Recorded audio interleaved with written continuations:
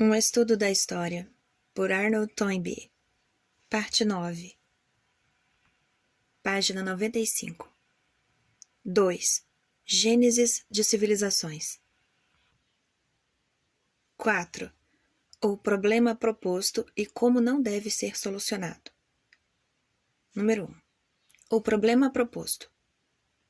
Logo que abordamos o problema, por que razão e como é que as sociedades em vias de civilização adquiriram existência, compreendemos que, dentro dos limites correspondentes ao referido problema, a nossa lista de 21 sociedades desta espécie se desdobra em 2 grupos.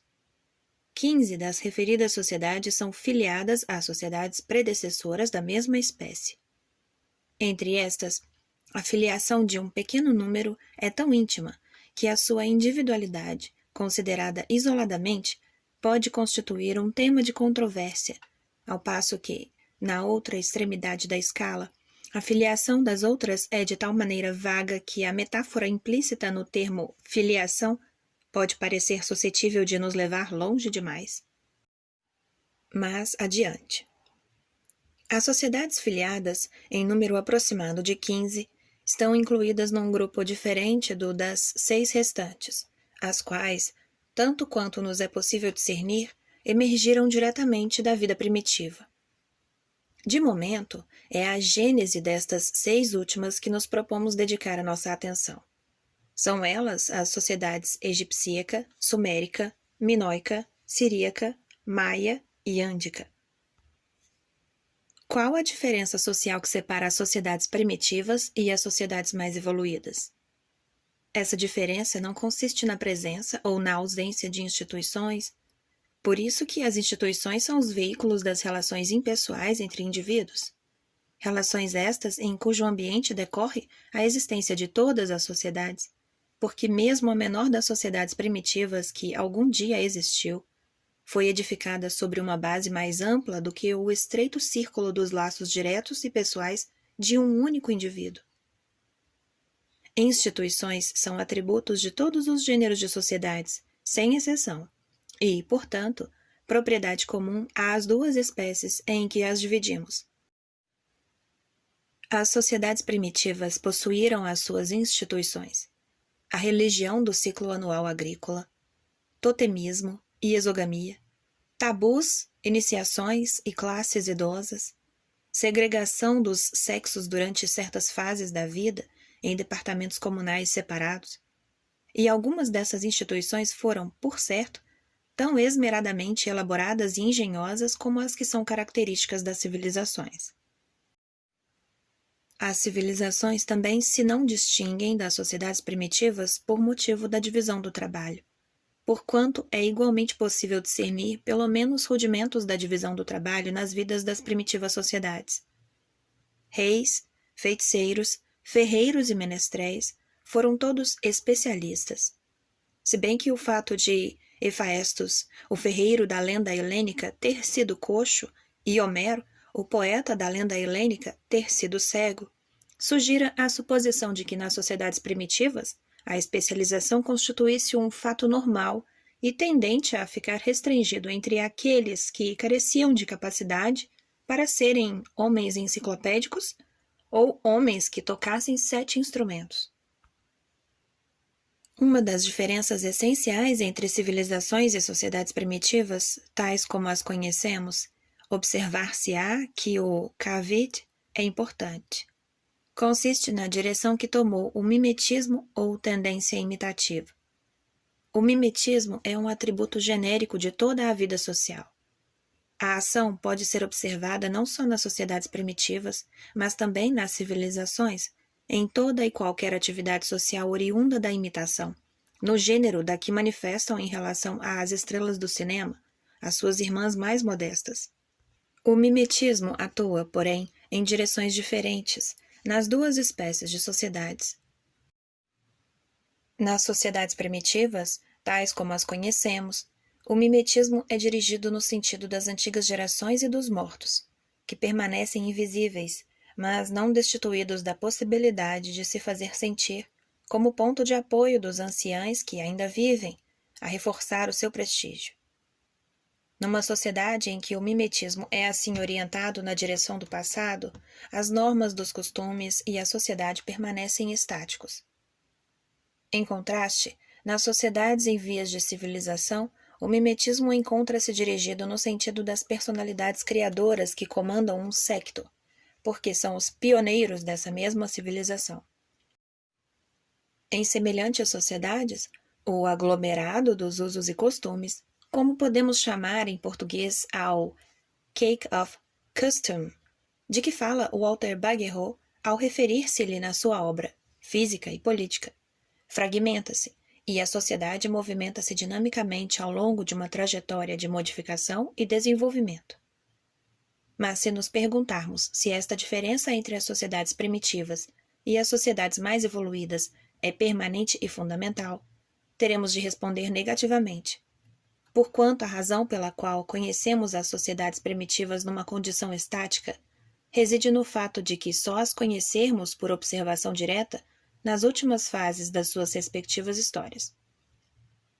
Todavia, conquanto nos fale a observação direta relativa a outros períodos, um encadeamento de raciocínios leva-nos a concluir que deveria ter havido fases mais remotas das histórias das sociedades primitivas, durante as quais estas sociedades se movimentaram com maior dinamismo do que aquele com que qualquer sociedade civilizada jamais se movimentou.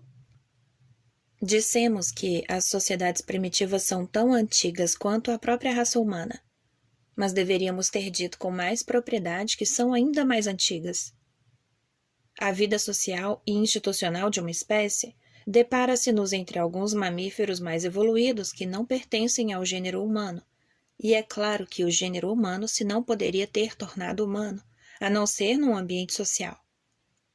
Esta mutação do sub-homem em homem, que teve lugar em circunstâncias sobre as quais não possuímos quaisquer documentos, sob a égide das sociedades primitivas, constituiu, no seu desenvolvimento, uma transformação mais profunda, uma jornada mais longa do que qualquer progresso que o homem jamais tenha realizado sob a égide da civilização. As sociedades primitivas, tais como as conhecemos por observação direta, podem comparar-se ao povo que jaz entorpecido, à sombra de uma rocha, na encosta da montanha, com um precipício a seus pés e a falésia abrupta por cima. As civilizações podem ser assemelhadas a companheiros destas criaturas sonolentas que acabaram por levantar-se e se lançaram à escalada da falésia.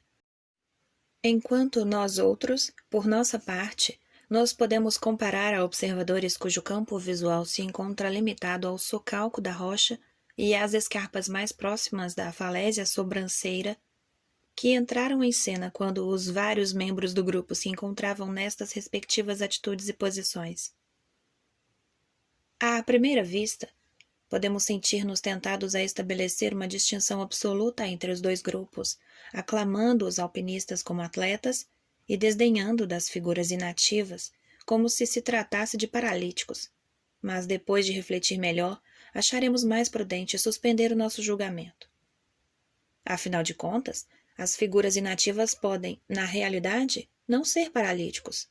Podem, com efeito, não ter nascido no socalco da rocha, e, nessas condições, só os seus próprios músculos e os de mais ninguém poderiam tê-los guindado até o ponto em que fizeram alto, à beira do precipício que se abre a seus pés.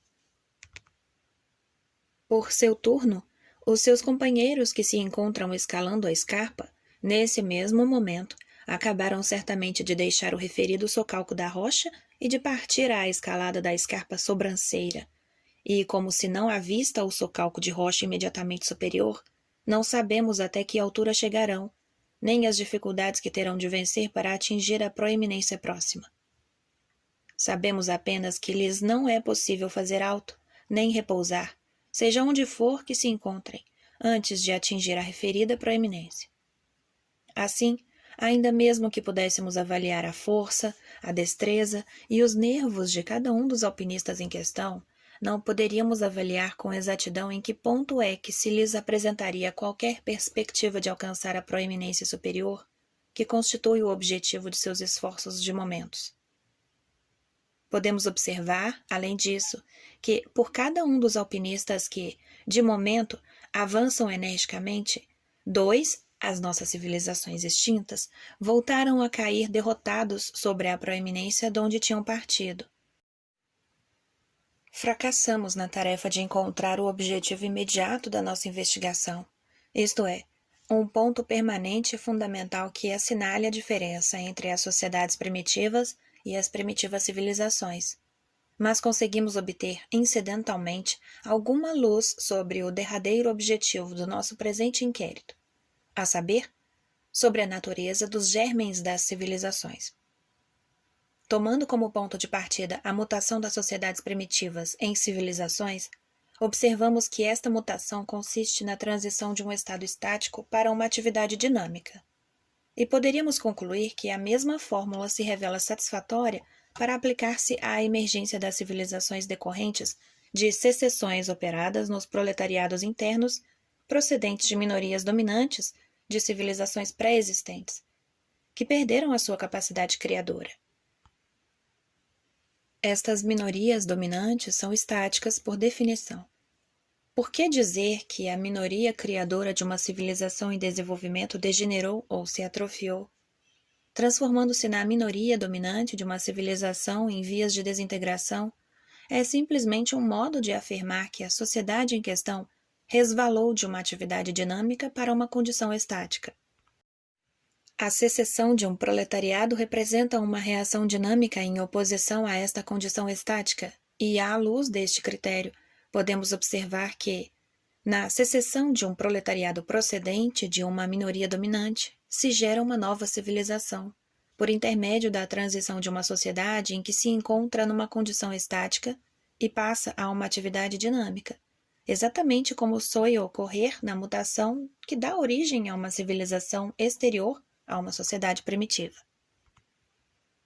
As gêneses de todas as civilizações, tanto das que pertencem à categoria das que se não filiam a qualquer outra, como das que descendem de outras sociedades, poderiam ser descritas usando a frase do general Smuts: a humanidade está novamente em movimento.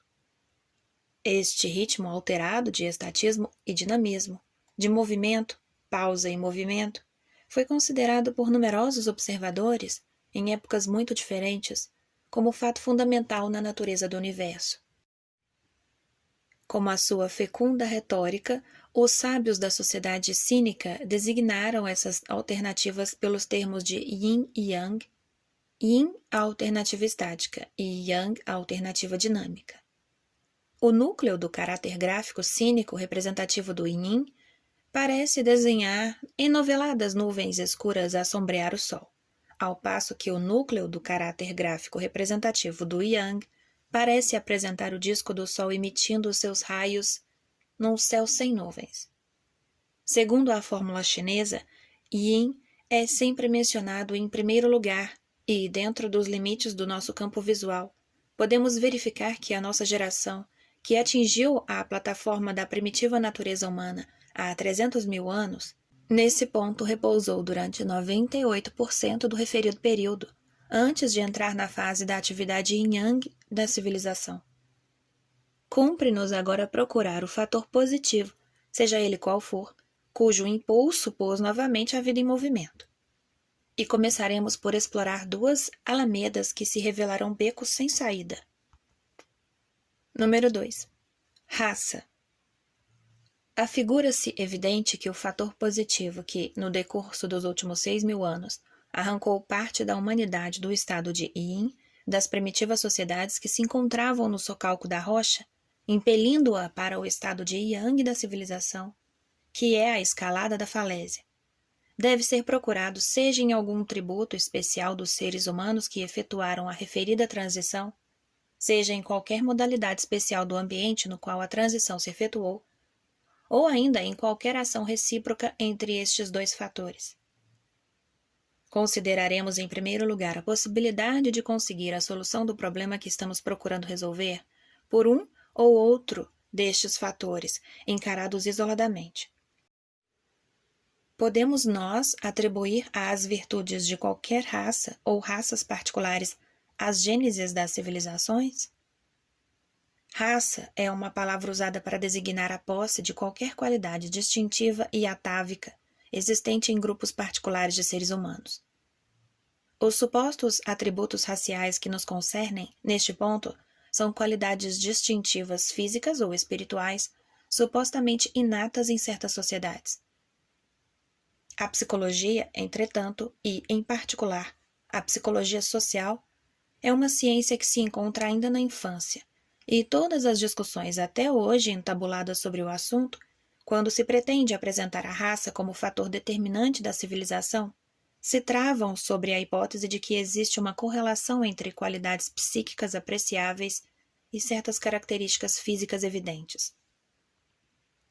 A característica física realçada correntemente com maior destaque pelos defensores ocidentais das teorias racistas é a cor.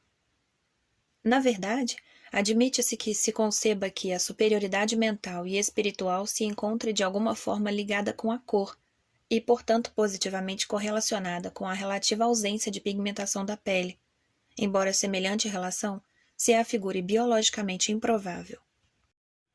Todavia, a mais popular das teorias racistas da civilização é aquela que coloca sobre um pedestal a variedade xântica, ou xantótrica, glaucopiana e dolicocéfala, do Homo leucodermaticus, que alguns chamam o homem nórdico, e Nietzsche designou pela expressão a besta loura, e vale a pena indagar das credenciais que possui este ídolo do bazar teutônico. Quem pela primeira vez colocou o homem nórdico sobre o seu pedestal foi um aristocrata francês, o conde de Gobineau, nos princípios do século XIX, e a sua idolização da besta loura constituiu um incidente na controvérsia que decorreu da Revolução Francesa. Quando a nobreza da França foi despojada das suas propriedades, exilada ou guilhotinada, os pedantes do Partido Revolucionário, que se não davam por satisfeitos, senão quando lhes era possível apresentar os acontecimentos do dia à maneira clássica, proclamaram que os gauleses, após 14 séculos de submissão, se encontravam então em vias de rechaçar, para as trevas que ficavam para além do Reno, os seus conquistadores francos que de ali tinham vindo durante o Volkswanderung, e se achavam em vias de retomar posse do solo gaulês, o qual, a despeito da prolongada usurpação dos bárbaros, jamais deixara de lhes pertencer. A este contrassenso, Gobineau respondeu com algumas alegações igualmente insensatas de sua própria lavra. Eu aceito a vossa identificação, replicou com efeito o conde. Seja-me permitido admitir que a populaça da França descende dos gauleses e que a aristocracia descende dos francos, que ambas as raças foram geradas puras e que existe uma correlação definida e permanente entre as suas características físicas e psíquicas. Pensais vós, na realidade, que os gauleses defenderam a civilização ao passo que os francos defenderam o barbarismo? Donde procede esta civilização que vós, gauleses, haveis adquirido algum dia? De Roma. E o que é que tornou grande Roma? Roma foi grande, graças a uma infusão originária do mesmo sangue nórdico que corre nas veias dos francos. Os primeiros romanos, e da mesma forma os primeiros gregos, isto é, os acaios de Homero, foram conquistadores que procederam do norte robusto e estabeleceram o seu domínio sobre os nativos mais fracos do debilitado Mediterrâneo. Durante o longo percurso que efetuaram, porém, o seu sangue diluiu-se e a sua raça enfraqueceu. O seu poderio e a sua glória declinaram. Tinha soado a hora em que um novo grupo libertador de conquistadores de cabelo louro devia descer do norte e fazer com que o pulso da civilização batesse novamente, e desse grupo faziam parte os francos. Tal foi o divertido relato elaborado por Gobineau, sobre uma série de fatos de que já tratamos e consideramos sob um ponto de vista muito diferente, ao esboçar as primeiras origens da civilização helênica e, a seguir, da civilização ocidental.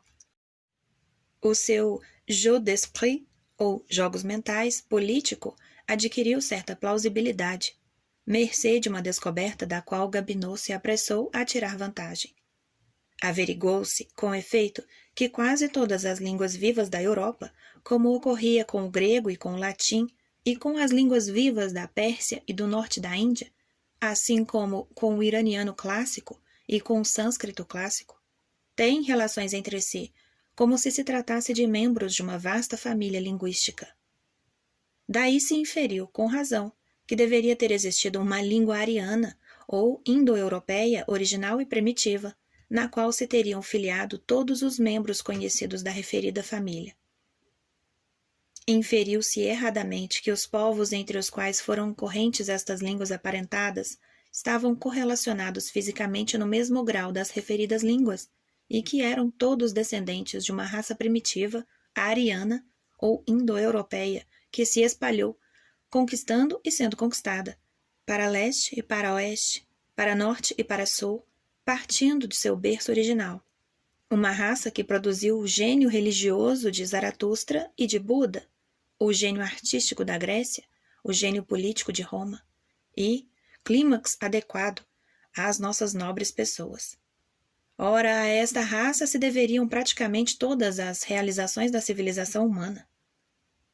A lebre que os franceses vivazes levantaram foi perseguida pelos filósofos germânicos do andar pesado, os quais aperfeiçoaram a palavra indo-europeu, transformando-a em indo-germânico, e localizaram a sede original desta raça imaginária nos domínios do rei da Prússia.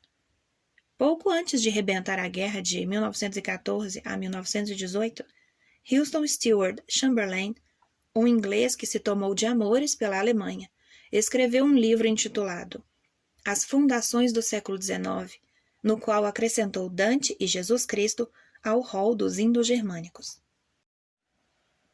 Os americanos também utilizaram a seu modo o homem nórdico. Alarmados pela imigração preponderante dos europeus do Sul durante o quarto de século anterior ao ano 1914, alguns escritores tais como Madison Grant e Lothrop Stoddard pediram que fosse restringida a imigração como único meio de preservar não as normas sociais americanas, mas a pureza da raça nórdica. A doutrina israelita britânica é uma doutrina do mesmo tipo, que adota uma terminologia diferente e se baseia numa história imaginária, com artificiosa teologia. É curioso assinalar que, conquanto os propagandistas racistas da nossa própria civilização insistam na cor formosa da pele, considerando-a como sinal de superioridade espiritual, e enalteçam os europeus, colocando-os acima de todas as outras raças, e colocando os nórdicos acima dos demais europeus, os japoneses adotam um padrão diferente. Acontece que os japoneses possuem corpos notavelmente glabros e são vizinhos de uma comunidade primitiva, de tipo inteiramente diverso, cujo físico não difere do tipo médio europeu na sua ilha do norte. São os chamados Ainus cabeludos. Muito naturalmente, portanto, os japoneses associaram a ausência de cabelos no corpo com a superioridade espiritual, e, embora a sua pretensão possa carecer tanto de base como a nossa alegação relativa à superioridade da nossa pele branca, é superficialmente mais plausível, porque o homem glabro está certamente qua a sua ausência de pelugem, um pouco mais afastado de seu primo, o macaco. Os etnologistas, classificando os homens brancos de acordo com seu tipo físico, com as suas cabeças oblongas e cabeças redondas, com as suas pele branca e pele morena, etc., classificaram 3 raças brancas principais, as quais chamaram nórdica, alpina e mediterrânea. Por esta razão, vale a pena acrescentar o número de civilizações às quais cada uma destas raças prestou uma contribuição positiva. Os nórdicos prestaram a sua contribuição a 4, ou possivelmente 5 civilizações: índica, helênica, ocidental, cristã, ortodoxa, russa e, possivelmente, hitita.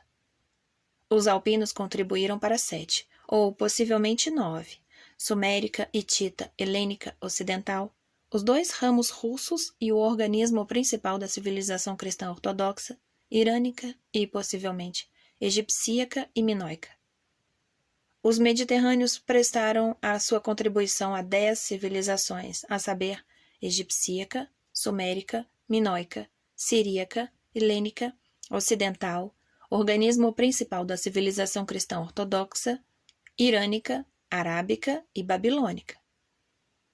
Das outras divisões da raça humana, os pardos, significando por este termo os povos dravídicos da Índia e os malaios da Indonésia, contribuíram para duas, a índica e a hindu. A raça amarela contribuiu para três, a civilização cínica e as duas atuais civilizações extremo-orientais, a saber, o organismo principal da China e o ramo japonês. A raça vermelha da América é evidentemente a única que deu a sua contribuição às 4 civilizações americanas. Só as raças negras não contribuíram, até esta data, de uma maneira positiva, para a civilização alguma.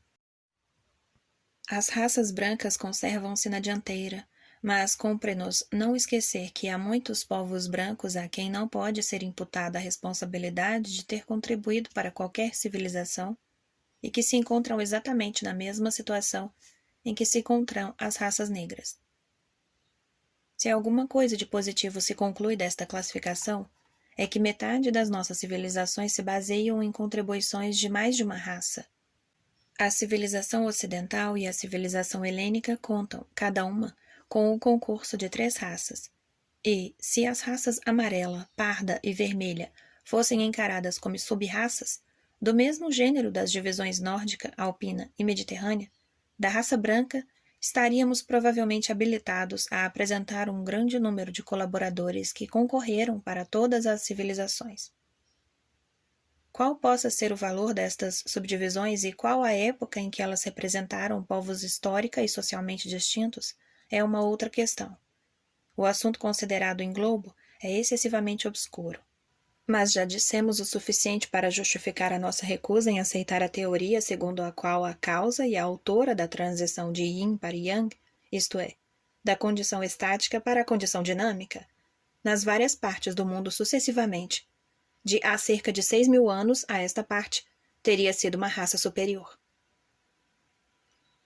Número 3. Ambiente. As modernas mentalidades ocidentais foram levadas a afirmar enfática e ultra-enfaticamente a importância do fator racial na história, devido à expansão mundial da sociedade ocidental, durante os últimos 4 séculos. Esta expansão determinou o contato, e muitas vezes o contato inamistoso, dos povos do Ocidente com os povos diferentes, não só sob o ponto de vista cultural, mas também sob o ponto de vista físico, e a noção de tipos biológicos superior e inferior transformou-se exatamente no que era de esperar dos referidos contatos, especialmente no século XIX, quando as mentalidades ocidentais se tornaram biologicamente conscientes graças aos trabalhos de Charles Darwin e de outros investigadores científicos.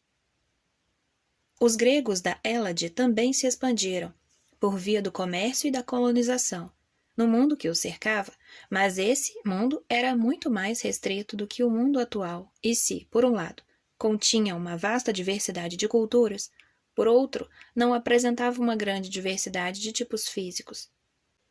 Os egípcios e os citas podiam encontrar-se a grande distância uns dos outros e dos seus observadores gregos.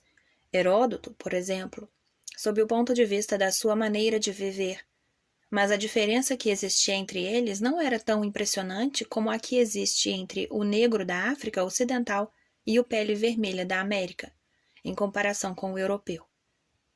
Foi natural, portanto, que os gregos descobrissem qualquer outro fator à margem das características físicas atávicas, isto é, da raça, para explicar as diferenças de cultura que observavam à sua volta. A explicação que encontraram consistiu nas diferenças de habitat geográfico, de solo e de clima. Existe um tratado intitulado Influências da Atmosfera, da Água e da Situação, que data do século V a.C. e faz parte da coleção das obras da Escola Hipocrática de Medicina, a qual ilustra os pontos de vista gregos relativos a este assunto. Na referida obra se lê, por exemplo, o seguinte: as fisionomias humanas podem ser classificadas em tipo montanhês, das regiões arborizadas e bem irrigadas, tipo das zonas de terra pobre e sem água, tipo da veiga pantanosa, tipo das terras baixas e bem desbravadas. Os habitantes das regiões montanhosas, rochosas, bem irrigadas e situadas a grande altitude, onde a margem das variações climatéricas relativas às estações do ano é considerável, tenderão a apresentar corpos robustos, constitucionalmente adaptados à coragem e à paciência. Os habitantes das zonas baixas e abafadiças, cobertas de prados e que estão mais frequentemente expostas a ventos quentes do que a ventos frios, em vez de serem altos e delgados, serão atarracados, carnudos e de cabelos negros, dotados de compleições mais frequentemente morenas do que claras e constituições mais biliosas do que fleumáticas. A coragem e a paciência não serão qualidades inatas nos seus caracteres, no mesmo grau, mas poderão ser determinadas pela eficiência conjunta das instituições. Os habitantes de regiões onduladas, batidas pelo vento e bem irrigadas, situadas a grande altitude, serão altos e carecerão de individualidade, com caráter propenso à covardia e à submissão. Na maioria dos casos, verificar-se-á que tanto o aspecto físico como o caráter humanos variam com a natureza da região. Mas os exemplos helênicos favoritos da teoria do ambiente consistem no contraste entre o efeito produzido pela vida que se vivia no vale inferior do Nilo sobre o aspecto físico, o caráter e as instituições dos egípcios, e o efeito da maneira de viver na estepe eurasiática sobre o aspecto físico, o caráter e as instituições dos citas. Tanto a teoria racista como a teoria do ambiente tentam entrar em linha de conta com a diversidade observada na conduta psíquica, intelectual e espiritual, e nas ações de diferentes frações do gênero humano, admitindo que esta diversidade psíquica está fixa e permanentemente correlacionada pela cadeia de causa e efeito, com certos elementos de diversidade observados no domínio da natureza alheio ao aspecto psíquico. A teoria racista apresenta como causa diferenciadora a diversidade física do homem. A teoria do ambiente atribui essa mesma causa às diversas condições climatéricas e geográficas em meio às quais vivem as diversas sociedades. A essência de ambas as teorias consiste na correlação entre duas séries de variáveis que são, num dos casos, o caráter e o físico do indivíduo, e no outro caso, o caráter e o ambiente. E seria necessário demonstrar que esta correlação é fixa e permanente, se houvéssemos de aceitar como verdadeiras as teorias que sobre elas se baseiam. Já vimos que a teoria racista falha quando submetida a esta prova. Poderíamos verificar que a teoria do ambiente, se bem que menos absurda, nem por essa razão é mais de aceitar. Para tal, bastar-nos-á apenas ensaiar a aplicação da teoria helênica aos seus dois exemplos favoritos, a estepe eurasiática e o Vale do Nilo. Cumpre-nos descobrir outras áreas da superfície do globo, geográfica e climatericamente semelhantes a cada uma destas duas regiões. Se conseguirmos localizar, em todas elas, populações que, quer sob o ponto de vista do caráter, quer sob o ponto de vista das instituições, se assemelhem aos citas, no primeiro caso, e aos egípcios, no segundo, a teoria do ambiente afirmar-se-á verdadeira. Caso contrário, teremos de rejeitá-la. Permita-nos, o leitor, que consideremos em primeiro lugar a estepe eurasiática, essa vasta área da qual os gregos conheciam apenas o recanto sudoeste. A seu lado, colocaremos a estepe afroasiática, que, a partir da Arábia, se alonga através da África do Norte. Irmanar-se-á a semelhança existente entre a estepe eurasiática e a estepe afroasiática com qualquer similaridade correspondente que existisse entre as sociedades humanas que emergiram respectivamente nestas áreas? Responderemos afirmativamente. Ambas elas deram origem ao tipo de sociedade nômada que manifesta exatamente aquelas semelhanças e diferenças. Diferenças relativas, por exemplo, aos animais domesticados, que era de esperar aperceberem-se em virtude das semelhanças e diferenças existentes entre as duas áreas referidas. Mas, se aplicarmos o mesmo teste a outros casos, verificaremos que a correlação falha. Com efeito, observamos que outras zonas do mundo que proporcionam ambientes adequados às sociedades nômadas prados da América do Norte, llanos da Venezuela, pampas da Argentina e pastagens da Austrália. Não deram origem a sociedades nômadas por si próprias. As suas possibilidades não são de discutir, por isso que resultaram da iniciativa da nossa sociedade ocidental nos tempos modernos.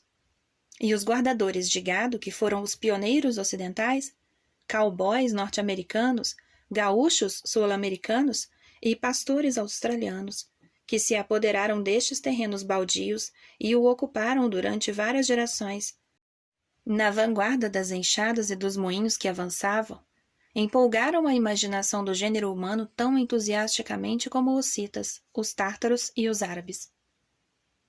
As possibilidades das estepes americana e australiana ter-se-iam revelado realmente consideráveis, se tivessem podido transformar em nômadas, ainda que não fosse senão durante o período de uma geração, os pioneiros oriundos de uma sociedade que não tinha tradições nômadas, porque sempre vivera da agricultura e da manufatura, desde a época da sua emergência inicial. O que é mais notável, acima de tudo, é que os povos que os primeiros exploradores ocidentais encontraram ocupando a Terra nunca tinham sido impelidos a adotar a vida nômada pelo ambiente em que viviam, e, pelo contrário, nada tinham considerado de mais adequado a esses paraísos de nômadas do que transformá-los em zonas de caça. Se, a seguir, aplicarmos a mesma teoria às áreas que se assemelham ao vale inferior do Nilo, a conclusão a que chegaremos será a mesma.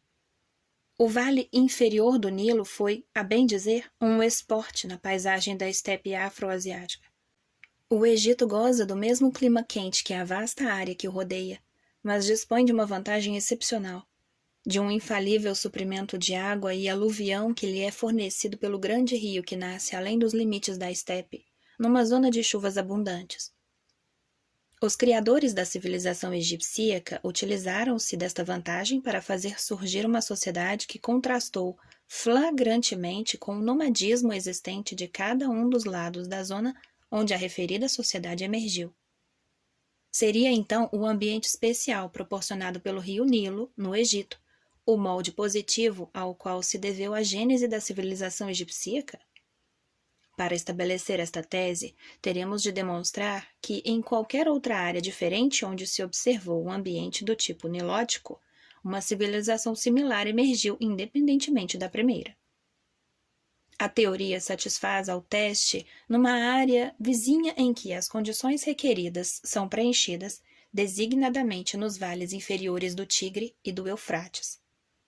Nestas zonas se nos deparam não só condições físicas semelhantes, mas também uma sociedade similar, a sociedade sumérica. Mas falha quando aplicada à zona muito mais limitada, embora igualmente semelhante, do Vale do Jordão, que jamais foi sede de civilização alguma. A teoria fracassaria ainda se a aplicássemos ao Vale do Indus, isto é, se estivéssemos dentro da verdade ao conjeturar que a cultura do Indus para ali foi transplantada, na plenitude do seu acabamento, pelos colonos suméricos. O vale inferior do Ganges pode ser posto à margem do teste, devido ao fato de ser demasiado úmido, e os vales inferiores do Yangtze e do Mississippi, igualmente, por serem demasiadamente úmidos e temperados.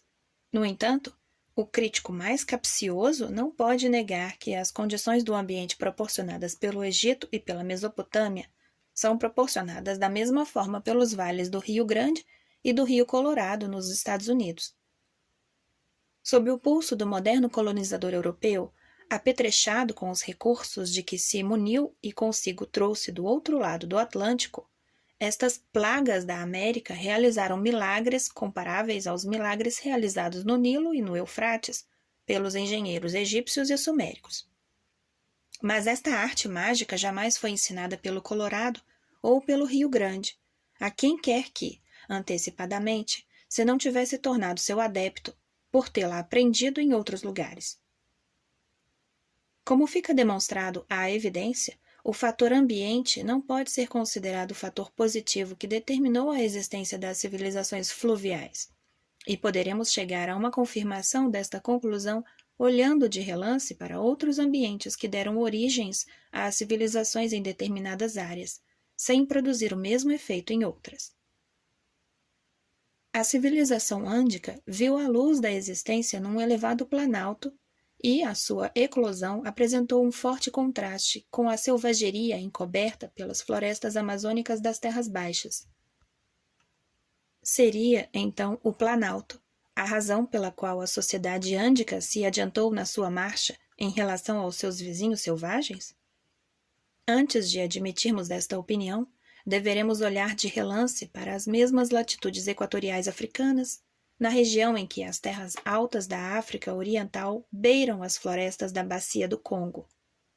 Verificaríamos que, em África, tal como nas florestas tropicais do Grande Rio, o Planalto também não deu origem a nenhuma sociedade civilizada.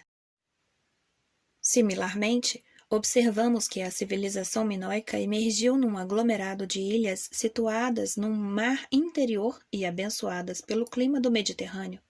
No entanto, um ambiente similar fracassou na tarefa de suscitar outra civilização do tipo arquipélago em torno do mar interior do Japão. O Japão jamais foi berço de qualquer civilização independente, mas nele se instalou o ramo da civilização continental, que emergiu do interior da China. A civilização cínica tem sido algumas vezes apresentada como produto do Rio Amarelo, pelo fato de ter emergido no vale do referido rio. Mas o Vale do Danúbio, que goza de condições muito semelhantes, sob o ponto de vista do clima, do solo, das planícies e montanhas, falhou na missão de originar uma civilização similar. A civilização maia emergiu por entre as chuvas tropicais e a vegetação da Guatemala e da Honduras britânica, mas nenhuma civilização parecida surgiu entre os selvagens que se encontravam em condições similares no Amazonas e no Congo. As bacias destes dois rios, de fato, acham-se a cavalo do Equador, enquanto a sede da civilização maia se encontra a 15 graus mais ao norte. Se seguirmos o paralelo correspondente à latitude de 15 graus, tropeçamos nas formidáveis ruínas de Angkor Wat, que surgem entre as chuvas tropicais e a vegetação do Camboja. Poder-se-ão comparar estas ruínas, na realidade, com as ruínas das cidades maias de Copán e Ixcum? A evidência arqueológica indica, porém, que a civilização representada pelas ruínas de Angkor Wat não nasceu do Camboja, o que se trata apenas de uma ramificação da civilização hindu que emergira na Índia. Poderíamos aprofundar ainda mais o nosso estudo, mas parece-nos ter dito o bastante para convencer o leitor de que nem a raça, nem o ambiente, considerados isoladamente, podem ser encarados como o fator positivo que, no decurso dos últimos 6.000 anos, sacudiu a humanidade e a arrancou da sua imobilidade estática ao nível da sociedade primitiva para impulsioná-la no caminho da aventurosa busca da civilização. Seja como for, nem a raça, nem o ambiente, tais como até este ponto os consideramos, nos proporcionam ou podem proporcionar-nos aparentemente qualquer indicação suscetível de esclarecer os motivos pelos quais esta grande transição na história da humanidade se verificou apenas, não só em determinados lugares, mas também em determinadas épocas. Final da leitura da parte 9. Paramos na página 119.